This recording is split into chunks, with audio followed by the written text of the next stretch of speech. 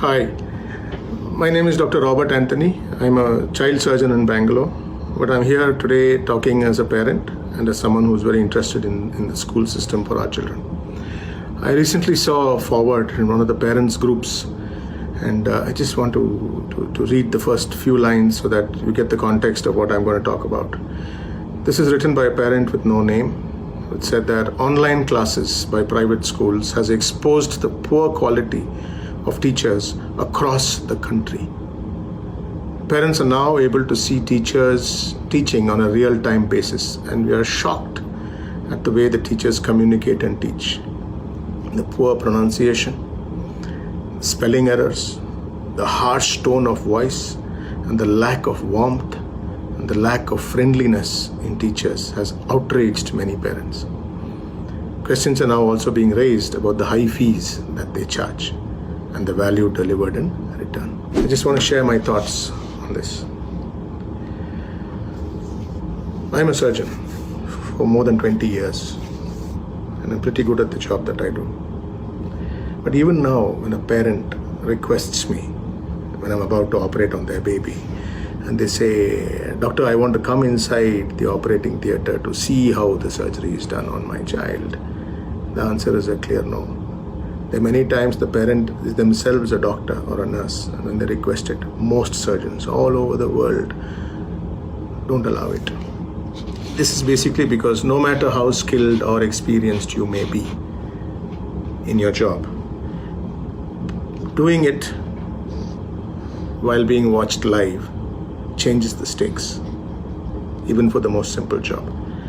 And as a parent, we teach our children at home in the evening for 1 or 2 hours, and teaching them one-on-one, I'm sure we're able to give a lot of warmth and keep a gentle voice and teach them as a one-on-one relationship. But even there, honestly, when I've tried it, I do end up raising my voice and being a little unfriendly to my child when he doesn't listen. Put yourself in a situation where you're handling 20 to 40 students. Even under one roof in the real classroom, it's not easy. But they've learned how to handle that. And suddenly now, they're having to teach 20 to 40 children online, each child in their own home, and most children having a parent sitting next to them, and the teacher knowing that they're being watched by these teachers. It is a different world. I'm not making excuses for some of the teachers who you saw. But I'm saying let's not tar all our teachers with the lack of respect for them. As about the poor pronunciation, trust me, in most of these prestigious tuition centers which teach our older children for IIT or the NEET or the other exams, most of the highly sought teachers are not the ones with the best pronunciation. They're the ones who are able to give their concepts clear to the children. In fact, the children prefer to listen to them because they're able to learn much faster. Even in my own work situation, there are some doctors who are terrible in their pronunciation. Trust me, terrible. And they come across quite rude as well. But their work is excellent. At the end of the day, in some professions, it is the end result which matters, not the presentation. I'm not saying that it's an excuse, but let us be patient. And they are learning. And let's look at the whole picture which they're doing. Teachers in almost all the schools are generally trained professionals. If you have a doubt about their training, if you think that your school is employing untrained people, go check, double check, look for proof that they are trained. And they're trained in their subject, and they're trained in handling kids under one roof, under their direct supervision.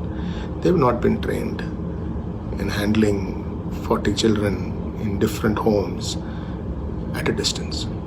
Working from home comes naturally to some of your professions. It comes to the software people, it comes to maybe the call center people, or technical, financial people. It doesn't adapt itself to schools very easily or to hospitals very easily. I'm struggling. I'm doing online consultations now because of the corona period, and it's really hard. And I tell my patients, I said, look, I can do this much on a telephone session with you, but if I can't figure it out, I'll have to wait till you come back, and then I'll check again. And all I'm asking is, please don't put additional stress on these teachers who are learning. Some of them are not young and they've never done an online class before. Let's give them the patience. The future might well be homeschooling, because this might change the world of education completely. And I'm sure then that those of us who attach a lot of importance to the concerns which have been raised will be able to then do it from home and in a far better environment. And you are completely at liberty to choose this in the future. For now, don't be in a hurry. Don't be harsh. And in fact, the government of India has already provided the platform for open schooling, the NIOS, which will facilitate this in case some parents do move on to this, and they might well do it. There was an attempt to link this poor performance, as you perceive it, to the high fees which are charged by the school managements.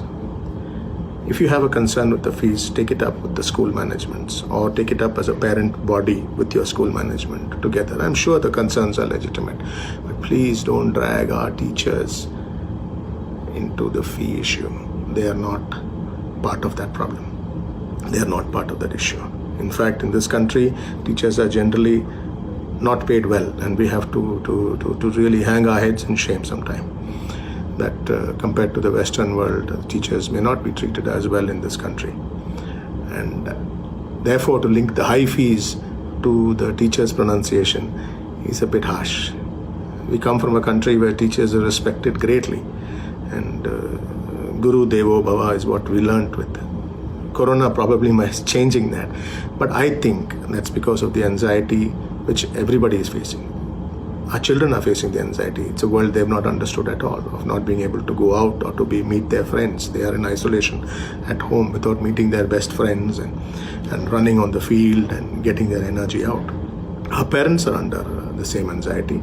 Our work, our home situation, and the fear for our children's future. I'm sure the parents are anxious as well. That may be what is fueling some of this anxiety collectively. Our teachers also are at anxiety levels which are unparalleled before, because they are now learning to teach with every child having a parent like a helicopter hovering around the child. My honest suggestion, if your child is taking online classes, get them a headphone which shuts out the rest of the home environment. Let the child focus on the class. If you are next to the child throughout the lecture, your child is not going to focus on the class. He's also wondering what you're doing there. He's looking at your expressions, and if you hear something which you don't like and you shake your head in a disparaging moment, he will understand that, and he will also not pay respect to what he's learning.